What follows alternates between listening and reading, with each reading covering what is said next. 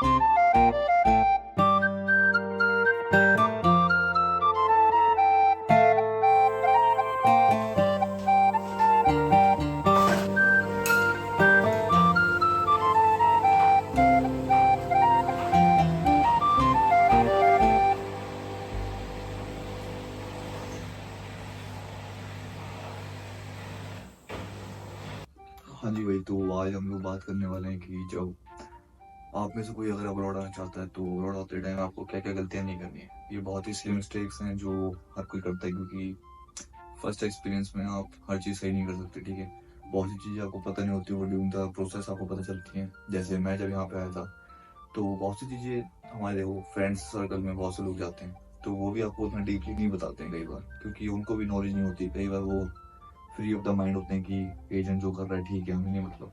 लेकिन मेरे केस में क्या था कि भाई मैंने सारी प्रोसेस खुद अपना वॉच आउट करते हुए करवाई है कि मेरे को बताओ ये चीज़ आप कर रहे हो तो क्या रीज़न, क्या है इसके पीछे। ठीक है, तो मैं चाहता हूँ कि जो गलतियाँ मुझसे हुई हैं, ये सब कुछ होने के बाद भी जो गलतियाँ मुझसे हुई हैं, जो गलतियाँ मेरे सर्कल में हुई हैं, तो वो आपकी ना हो।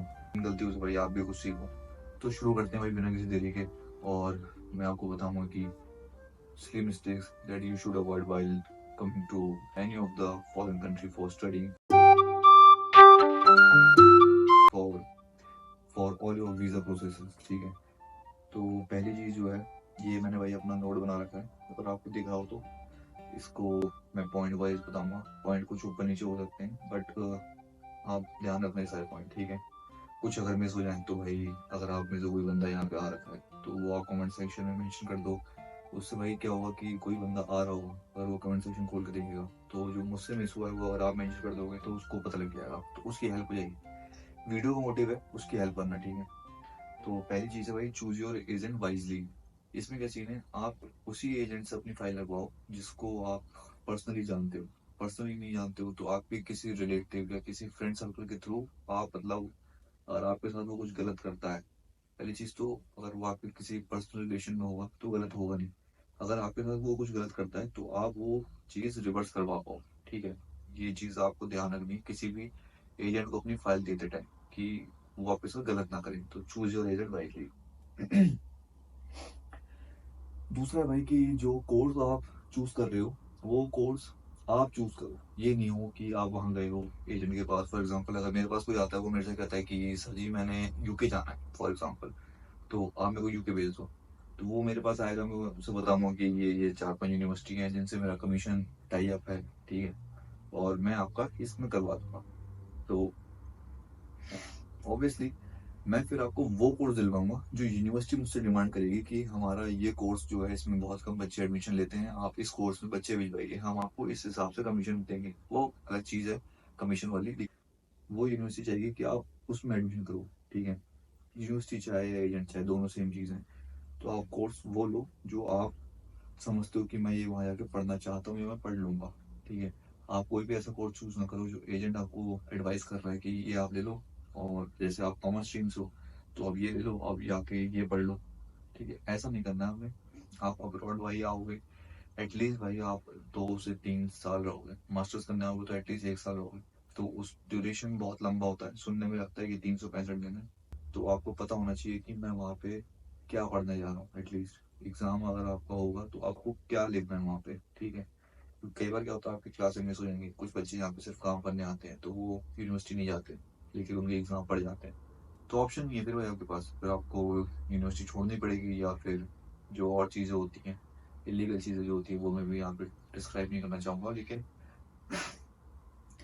अगर आप प्रॉपर यहाँ पे स्टडी के लिए आ रहे हो तो कोर्स आप अपना चूज करो। स्टडी के लिए नहीं भी आ रहे हो, आपका मेन मोटिव यहाँ पे आके भाई 1 साल डिग्री लेके फिर PhD लेके यहाँ पे सेटल होना है, फिर भी आप कोर्स वो चूज करो जो इजी रहे आपके लिए, ठीक है, जिसमें आप एटलीस्ट पास हो जाओ। ठीक। तीसरी चीज़ है भाई यूनिवर्सिटी। फॉर एग्जाम्पल अगर आपको एजेंट कहता है कि ये एक्स यूनिवर्सिटी है, इसमें मैं आपको एक्स कोर्स दे रहा हूँ, ठीक है, तो वो आपकी रिस्पॉन्सिबिलिटी है कि आप उस यूनिवर्सिटी और उस कोर्स के बारे में इन्वेस्टिगेट करो। एटलीस्ट आप उसकी वेबसाइट पे जाके वो चीज़ें पढ़ो कि उसमें आपको क्या क्या पढ़ाया जाएगा, कितने एग्जाम होंगे, कितने उसके सेमेस्टर्स हैं, कितनी वेकेशन है उसमें, कितनी असाइनमेंट्स है, वो सब चीज़ें डिस्क्लोज कर रखी होती है यूनिवर्सिटी ने, ठीक है। वो आपकी गलती है अगर आपका वहाँ यहाँ पे आके फिर कहते हो कि भाई मेरे को पता ही नहीं था, वो फिर आपकी गलती है। आपने यहाँ आने से पहले पूरा उसे स्कैन करना है, क्या आप कोर्स करने जा रहे हो, कब से शुरू हो रहा है, कब खत्म हो रहा है, कितने उसमें वेकेशन है, ठीक है। एग्जाम उसका कैसा है, सिर्फ असाइनमेंट बेस्ड कोर्स है या उसमें फिजिकल एग्जाम भी है। मेरा कोर्स उसमें असाइनमेंट भी है, फिजिकल एग्जाम भी है। विद द ब्लेसिंग भाई अपना फिजिकल एग्जाम जो है वो पास हो गया मेरा, बट अभी असाइनमेंट मेरी चल रही है। तो आप कोर्स ऐसा देखो जिसमें एक असाइनमेंट बेस्ड हो, आपको इजी रहेगा, उसमें आपने सिर्फ असाइनमेंट जमा करनी है और आप पास हो जाओगे, ठीक है। तो कोर्स आपने ऐसा चूज करना है जो आपको इजी पड़े। यूनिवर्सिटी आपने पूरी टर्म्स एंड कंडीशन पढ़ लेनी है। कई यूनिवर्सिटीज में क्या होता है, फॉर एग्जाम्पल आपको यहाँ आके रियलाइज हुआ कि भाई मैं यहाँ पे नहीं कर पाऊंगा, तो यूनिवर्सिटीज ये भी टर्म वो डालती हैं कंडीशन कि आप अगर एटलीस्ट हमारी फॉर एग्जाम्पल 50% क्लासेस लेते हैं तो आप हमें 50% ही फीस दो, ठीक है। फॉर एग्जाम्पल आपकी 7.5, फॉर एग्जाम्पल अगर आपकी 14 लाख फीस है, जैसे मेरी 14 लाख फीस है, तो अगर ये मेरे यहाँ पे समझ में नहीं आया भाई 6 महीने से पहले, या 50% अटेंडेंस से पहले मेरे को समझ में आ गया कि भाई मैं यहाँ पे नहीं पढ़ पाऊंगा, तो मैं यूनिवर्सिटी से कहूंगा कि भाई मेरे को नहीं समझ में आ रहा, मेरे को मेरी फीस आप रिफंड कर दो। तो उस केस में यूनिवर्सिटी मेरे को 50% फीस रिफंड कर देगी, मैं अपना फिर वापसी जा सकता हूँ, मेरी जो 50% फीस है वही मेरी यहाँ पे यूज अप होगी। तो ये आप देख सकते हो यूनिवर्सिटी की टर्म्स एंड कंडीशन क्या है, कुछ 50% होती है, कुछ में 80 होती है, और कुछ का ऐसा भी होता है कि अगर आपने 60% अटेंडेंस ले ली है उनकी, तो फिर आपको 100% उन्हें फीस देनी ही है, ठीक है। उस केस में आपको कुछ भी रिफंड या ऐसा कुछ नहीं होने वाला। तो ये चीज आपके ऊपर है कि आपने देखना है ये। उसके बाद जब आप यहाँ पे आ रहे हो तो कोशिश करो आप जितनी ज्यादा फीस हो सके उतनी ज्यादा फीस पे करके आओ, क्योंकि हमारे यहाँ क्या होता है कि आप 2 लाख दे के चले जाओ, 3 लाख दे के चले जाओ, 50% दे के चले जाओ, 80% दे के चले जाओ, वो आप अपने कन्वीनियंस के हिसाब से देख सकते हो, लेकिन आप बैक ऑफ द माइंड ये मत रखो कि आप यहाँ पे आके फीस निकाल के मैनेज कर लोगे, ऐसा नहीं होने वाला है। मैं कह रहा हूँ बेस्ट के सिनेरियो, ठीक है। तो आप एक वर्स्ट के सिनेरियो सोचे चलो कि अगर आप यहाँ पे आते हो और आपको जॉब नहीं मिलती है, आपका अकोमोडेशन जो आप सोच के आए थे उस बजट से ऊपर जा रहा है, तो आप क्या करोगे। तो उससे बचने के लिए आप जितनी ज़्यादा फीस हो सके उतनी ज़्यादा फीस यहाँ पे दे के आओ। उसमें क्या है, फिर आपको एक तो फीस की टेंशन नहीं है, दूसरा फिर आप अपना काम कर सकते हो, ठीक है। स्टार्टिंग में हो सकता है आपको वो काम ना मिले जो आप सोच के आए हो, वो वेज आपको ना मिले जो आप सोच के आए हो, तो आप वो चीज़ मैनेज आउट कर सकते हो। वो अकोमोडेशन ना मिले आपको उस प्राइस ब्रैकेट में जो आप सोच के आए हो, तो वो चीज़ मैनेज करने के लिए भी आपको 3 4 5 महीने चाहिए होते हैं। जैसे मेरे केस में मेरे को 6 महीने लग गए थे ये चीज़ सॉर्ट आउट करने में, ठीक है। एक स्टेबल जॉब मिल जाए आपको कि उससे आपकी इतनी एक फिक्स इनकम आ रही है, ठीक है, तो ये चीज़ आपको फाइंड करनी पड़ेगी यहाँ पे, उसमें आपको टाइम लगने वाला है। तो उस चीज़ को सॉर्ट आउट करने के लिए आप जितनी ज़्यादा फीस दे के आओगे वो आपके बेनिफिट है। तो चूज योर कंट्री वाइजली। तो भाई इस पॉइंट में क्या है कि आप जब यहाँ पे आ रहे हो तो सॉरी, तो जब आप यहाँ पे आ रहे हो तो आप यहाँ इन द सेंस आप किसी भी कंट्री में जा रहे हो, UK USA ऑस्ट्रेलिया या कहीं भी, आप किसी ऐसी कंट्री में जाओगे यहाँ पे आपके पास एक से ज़्यादा कनेक्शंस हों, चाहे वो फ्रेंड हो या कोई रिलेटिव हो या कुछ भी हो, आपके पास एटलीस्ट एक से ज़्यादा कनेक्शन होने चाहिए कि अगर एक कनेक्शन से आपको वो हेल्प या रिलीफ नहीं मिल पाता है तो आप दूसरे के पास जा सको। अगर आप किसी एक के बेस पे आ जाओगे तो भाई आप अपने पैर को कुल्हाड़ी मार लोगे, क्योंकि यहाँ पे आके चीज़ें चेंज हो जाती हैं। जैसा आप सोचते हो कि हमारी बाउंडिंग जैसी इंडिया में थी वैसी बाउंडिंग यहाँ भी चलेगी, तो ऐसा नहीं होता है। यहाँ पे चीज़ें बहुत बदल जाती हैं। वो चीज़ आप जब यहाँ पे आके रियलाइज़ करोगे तो आपके पास कोई ऑप्शन नहीं होगा। क्यों? क्योंकि आप अभी लैंड हुए हो, आपको यहाँ की नॉलेज नहीं है। यहाँ पे क्या सस्ता है, क्या महँगा है, कहाँ सस्ता है, कहाँ महँगा है, क्या लेना है, क्या नहीं लेना है, आपको कुछ आइडिया नहीं होगा। तो उसमें आप अपना फाइनेंशियली भी काफ़ी लॉस कर पाओगे, उसमें आप अपनी जॉब भी नहीं सर्च कर पाओगे, अकोमोडेशन भी सर्च नहीं कर पाओगे, आप यहाँ पे स्टे ही नहीं कर पाओगे। तो उसमें आपको बहुत लॉस होने वाला है। प्लस आप अपने घर वालों को भी एक टेंशन दे दोगे कि भाई हमारा लड़का उसके भरोसे गया या हमारी लड़की उसके भरोसे गई, अब वहाँ पे उसका कोई है नहीं, वो दूसरे स्टेट में भी नहीं है, वो दूसरी कंट्री में है, वो भी चाह के कुछ नहीं कर सकेंगे। तो आप ऐसा रिस्क ना लें। अगर आप आ रहे हैं तो आप एक से ज़्यादा कनेक्शन बना के आए, या अगर आपके हैं तो अच्छी बात है, वरना आप पूरा रिसर्च करके आए कि मैं वहाँ जा रहा हूँ और मैं यहाँ रुकूंगा, इतने टाइम रुकूंगा, इतने पैसे मेरे खर्च होने वाले हैं फर्स्ट कुछ मंथ्स में या फर्स्ट कुछ वीक्स में। तो वो आप पूरा सेटल आउट करके आओ। ठीक है, आपको कुछ नहीं मिल रहा ऑप्शन, एयरबीएनबी ले लो, उससे बुक कर लो, booking.com ले लो, उससे बुक कर लो। ये दोनों साइट जेन्युइन है, मेरी ट्रस्टेड है।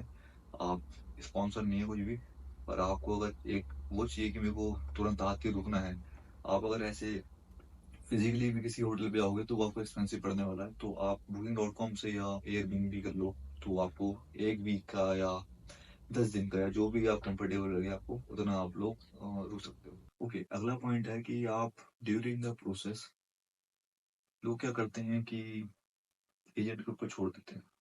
जैसे फंड्स दिखाना हो गया सबसे कॉमन। तो एजेंट कहता है कि मैं फॉर एग्जांपल एक्स अमाउंट लूंगा, हर एजेंट के साथ डिफर करता है, और मैं आपके बिहाफ पे ये फंड शो करवा दूंगा। ठीक है, हम लोग काफी ज्यादा लोग मेरे सर्कल में भी हैं जो ये चीज प्रेफर करते हैं। लेकिन अगर आपके ये फंड्स ऊपर नीचे हुए ड्यूरिंग द वीजा प्रोसेस तो आपका वीजा कैंसिल हो जाएगा। ठीक है, जो भी टाइम ड्यूरेशन आपका है वो पूरा वेस्ट हो जाएगा। और कितने केस तो मैंने ऐसे भी सुने कि एजेंट फिर अपने ऊपर नहीं लेता वो चीज़, वो आपकी ही कोई गलती बता के वो आपके पैसे ले लेगा कि भाई हम तो प्रोसेस कर रहे थे, ये आपकी ही गलती है, हमारी तरफ से तो काफी खर्चा हो चुका है, तो हमें वो खर्चा देना, आप हमें वो खर्चा दीजिए। तो ड्यूरिंग द प्रोसेस आप कोशिश करो मैक्सिमम चीजें जेन्युइन रखो। मैक्सिमम क्यों कह रहा हूँ, क्योंकि मैं जानता हूँ कि हमारे यहाँ पे बहुत सी चीजें सर्कमस्टांसेस ऐसे आ जाते हैं कि कुछ हमें ऊपर नीचे करनी पड़ती हैं चीजें। तो कोशिश ये करो कि मैक्सिमम चीजें आप जेन्युइन रखो। और ये मैं इसलिए कह रहा हूँ, जब आप यहाँ पे आओगे आपकी स्टडी कंप्लीट होगी, उसके बाद आप अप्लाई करोगे अपने पीएसडब्ल्यू के लिए। फॉर एग्जांपल अगर आप यूके में आ रहे हो तो आपको 2 साल का पीएसडब्ल्यू मिलेगा, पोस्ट स्टडी वर्क परमिट। उसमें आप यहाँ पे काम कर सकते हो फुल टाइम। उसके बाद आप उसी ड्यूरेशन में किसी से स्पॉन्सरशिप ले लोगे तो आपको 5 साल का वीजा मिल जाएगा। उसके बाद आप आईएलआर अप्लाई कर दोगे, इंडेफिनिट लीव टू रिमेन। उससे आपका क्या हो गया कि आप पीआर रूट पे चढ़ गए हो, आप यहाँ के रेसिडेंस रूट पे चढ़ गए हो। तो ये सब चीजें जब होंगी आपकी तो आपके पुराने डॉक्यूमेंट्स वेरीफाई होंगे, और तब कुछ झोल होगा तो भाई वो चीज फिर अभी पॉसिबल नहीं है, और आपके कितना साल खराब हो जाएंगे वो आप कैलकुलेट कर लेना। अगला पॉइंट है भाई, जब आप ये प्रोसेस करा रहे हो तो बहुत से बच्चे क्या करते हैं कि सीधा एजेंट को पैसे देते हैं। ठीक है, कि एजेंट ने कहा कि आपका जी कैश लेटर या ऑफर लेटर आ गया है, तो यूनिवर्सिटी की मिनिमम फीस रिक्वायरमेंट है फॉर एग्जाम्पल 5 लाख। तो वो बच्चे क्या करते हैं, ठीक है जी हम आपको 5 लाख भेज देते हैं, आपको एजेंट को नहीं देना है, आपको सीधा यूनिवर्सिटी को देने हैं, क्योंकि फीस आपसे कौन मांग रहा है, आपसे यूनिवर्सिटी फीस मांग रही है। ऑफर लेटर में मेंशन होता है यूनिवर्सिटी का अकाउंट भी कि आप हमें ऐसे ऐसे करके पैसे ट्रांसफर कर सकते हैं। मैं अगर होगा तो मैं अपना वो डाल दूंगा ऑफर लेटर की, उसमें मेरे में क्या क्या टर्म्स एंड कंडीशन थी। तो आप उससे एजेंट से कहो कि आप मेरे को ऑफर लेटर सेंड कर दो, आप सीधे यूनिवर्सिटी को पैसे डालो। मैं कह रहा हूँ अगर आपको उसमें भी डर लग रहा है, एक बार अपना रिचार्ज कराओ इंटरनेशनल वाला और यूनिवर्सिटी को कॉल करो कि आपको ऑफर लेटर आया है मेरे को, और मेरे को वो एडमिशन के लिए मिनिमम कितनी फीस डालनी है वो आपको बताएंगे। ठीक है, आपको एजेंट को नहीं देने पैसे, एजेंट को सिर्फ आपको वही पैसे देने हैं जो एजेंट के हैं। ठीक है, बाकी सारे पैसे जो हैं वो आपने अपने अकाउंट से डायरेक्टली यूनिवर्सिटी को भेजने हैं, या जो भी एक्सपेंस हो रहा है। क्यों? उस केस में अगर रिफंड होगा तो आपको पता चल जाएगा। कितने केसेस में ऐसा होता है उसको एजेंट को रिफंड आ जाता है, वो आपको नहीं बताएगा। मेरे साथ में कितने ऐसे लोग हैं जो इनके साथ ऐसा फ्रॉड हुआ है कि पैसे रिफंड आ चुके हैं लेकिन एजेंट ने नहीं बताया और अब वो उनको धमकी देता है या बात नहीं करता है, जो भी है। उसके बाद आपने क्या करना है, जब आप यहाँ पे आ जाएंगे तो बहुत से बच्चे क्या करते हैं कि यहाँ पे तुरंत आते ही अपना भाई घूमना शुरू कर देते हैं, ठीक है, कि अब जॉब सर्च करते हैं, जॉब करेंगे। ऐसा नहीं है भाई, देखो आप जब यहाँ पे आ रहे हो, बहुत अच्छी चीज़ है कि आप अपना यहाँ पे घूम रहे हो, आप लोग यहाँ पे आइडिया लगा रहे हो कि चीज़ें कैसे वर्कआउट करती हैं। लेकिन उसी दौरान भाई अपना आते ही मैं कहूँगा पहले वीक में आप अपना यूनिवर्सिटी से रजिस्ट्रेशन करा लो। ऐसा मैं इसलिए कह रहा हूँ, क्यों, क्योंकि होम ऑफिस जो होता है यहाँ पे HMRC, वो यूनिवर्सिटी से पूछता है कि भाई हमने इतने वीज़ा अप्लाई आपके वो अप्रूव करे थे, ये बच्चे आपके पास आए हैं। अगर ऐसा नहीं है तो वो आपका वीज़ा कैंसिल कर देगा होम ऑफिस। अगर यूनिवर्सिटी कहती है कि नहीं बच्चा हमारे पास नहीं आया रजिस्ट्रेशन कराने, तो दैट मीन्स आप यूके में लैंड हुए हो लेकिन आप यूनिवर्सिटी नहीं गए हो, तो आप इलीगली कुछ ना कुछ एक्टिविटी में इन्वॉल्व हो, ठीक है। तो आपने क्या करना है, आपने यहाँ पे आते ही अपना BRP कलेक्ट करना है। उसके बाद आपने यूनिवर्सिटी में जाना है, वहाँ पे आप अपना रजिस्ट्रेशन करा लो कि हाँ भाई मैं आ गया हूँ यूनिवर्सिटी से, अपना टाइम टेबल ले लो, अपना यूनिवर्सिटी में जो ऐप होता है उसमें आप अपना अकाउंट रजिस्टर करवा लो, अपना यूनिवर्सिटी का वो कार्ड ले लो, ताकि यूनिवर्सिटी को पता रहे कि एटलीस्ट बच्चा हमारे पास आ गया है। उस केस में यूनिवर्सिटी आपसे आपका करंट एड्रेस भी लेगी कि आप रह कहाँ रहे हो, वो भी सीधा उन्हें होम ऑफिस को देना होता है। तो ये कुछ दिनों का टाइम प्रोसेस होता है, अगर आप विद इन उन दिनों नहीं गए यूनिवर्सिटी, तो आपके जो मेल आईडी होगी जिससे आप यूनिवर्सिटी से बात कर रहे थे, उस पर वो होम ऑफिस मेल भेजेगा कि भाई आपने यूके में आके ये अपना वेरीफाई नहीं करवाया, तो हम आपका वीज़ा जो है वो कैंसिल कर रहे हैं। तो ऐसा ना हो आपके साथ, तो आपने क्या करना है कि यहाँ पे आके सारी चीज़ें करे हुए आप, मैं कहता हूँ बस आप पहले वीक में आके एक अपना BRP कलेक्ट कर लो, एक अपना यूनिवर्सिटी चले जाओ, ठीक है, और एक अपना अकाउंट भी खुलवा लो। क्यों, कल के दिन आपके पैसे खो गए, गिर गए, कुछ भी रीजन हुआ, तो आप एटलीस्ट अपने घर से टच में रहो फाइनेंशियली, ठीक है। तो अगला पॉइंट जो है भाई वो हमारा ये है कि आप जब यहाँ पे आते हैं, तो बहुत से बच्चों का माइंडसेट क्या होता है कि भाई हमने आना है यहाँ पे काम करना है दबा के, हम दबा के यहाँ पे काम करने आए हैं। हाँ भाई दबा के काम करिए, बिल्कुल करिए, लेकिन आप अपनी यूनिवर्सिटी की अटेंडेंस मिस ना करो। अगर आप यूनिवर्सिटी की अटेंडेंस मिस कर दोगे तो यूनिवर्सिटी भाई आपको मेल भेजेगी, पहली वार्निंग, कि आप हमारे एकेडमिक क्राइटेरिया के अकॉर्डिंग अटेंडेंस लेवल मीट नहीं कर पा रहे हो। तो उन्हें फिर आपको लीगली एक नोटिफिकेशन देनी पड़ेगी कि भाई आपको कोर्स से निकाला जा रहा है। तो ऐसा ना हो तो आप अपनी यूनिवर्सिटी की मिनिमम रिक्वायरमेंट जो अटेंडेंस की वो पूरी कर दो, ठीक है, ओके। तो अगला पॉइंट है भाई कि आप कहीं भी अगर अकोमोडेशन लेते हो तो एक लीज एग्रीमेंट होता है। यूके में क्या है कि भाई आपको काउंसिल टैक्स देना पड़ता है। अगर आप किसी भी प्रॉपर्टी में एज अ टेनेंट रहते हैं तो आपको एक काउंसिल टैक्स देना पड़ेगा, कि जो काउंसिल की फैसिलिटीज आप ले रहे हैं आपको उसका टैक्स देना पड़ेगा। तो ये डिपेंड करता है प्रॉपर्टी टू प्रॉपर्टी और एरिया कि कितना आपका टैक्स जा रहा है। लेकिन अगर आप एक स्टूडेंट हैं तो वो काउंसिल टैक्स माफ है आपके लिए, ठीक है, आपको कोई काउंसिल टैक्स नहीं देना है। लेकिन आपको एक लीज एग्रीमेंट साइन करना बहुत ही ज़्यादा ज़रूरी है किसी भी लैंडलॉर्ड के साथ, कि मैं मिनिमम इतने महीने यहाँ रहने वाला हूँ और ये मेरे वो है, रेंट है, ठीक है, और अगर मैं 1 साल से ज़्यादा यहाँ रहने वाला हूँ तो नेक्स्ट ईयर या हर साल इतना रेंट बढ़ने वाला है मेरा। ये आप अगर लीज एग्रीमेंट साइन कर लेंगे तो आप एक सेफ हो जाएंगे कि एटलीस्ट मैं इतने महीने तक ये सिचुएशन रहने वाली है। क्योंकि यहाँ क्या है भाई कि आपने इस महीने, मैं कहूँगा एक्स अमाउंट के लिए ये रूम बुक कर लिया, नेक्स्ट मंथ आपको लैंडलॉर्ड कॉल करेगा और कहेगा कि I need to increase the rent for this reasons. तो आप उसमें फिर कुछ नहीं कर सकते। आपका आप कहोगे कि नहीं मैं जा रहा हूँ, तो वो कहेगा कि आप जाओ, मेरे को कोई इशू नहीं है, वो आपका डिपॉजिट रोक लेगा। आप अपना डिपॉजिट नहीं ले सकते फिर उससे, क्योंकि आप उससे लड़ नहीं सकते। लीगली आपने अगर उससे वो साइन नहीं करी हुई लीज, तो आप नहीं प्रूव कर सकते कि भाई आपने उसे डिपॉजिट दिया या नहीं दिया, या आपकी कितने रेंट की बात हुई है मंथली। तो ऐसा केस आपके साथ ना हो, आप एक लीगली लीज साइन कर लो उसके साथ कि भाई ये मेरा रेंट एग्रीमेंट है और ये टर्म्स एंड कंडीशंस है। क्योंकि अगला ये भी कह सकता है कि भाई ये वॉल जो है ये आपने गंदी कर दी, तो मैं इसको भी ठीक करवाऊंगा, तो इसके पैसे आपके डिपॉजिट में से काटूंगा। ये सारी टर्म्स एंड कंडीशन जो होती हैं वो आप और आपका वो है लैंडलॉर्ड है जो, वो आपस में डिस्कस करके बार्गेन कर सकते हो, ठीक है।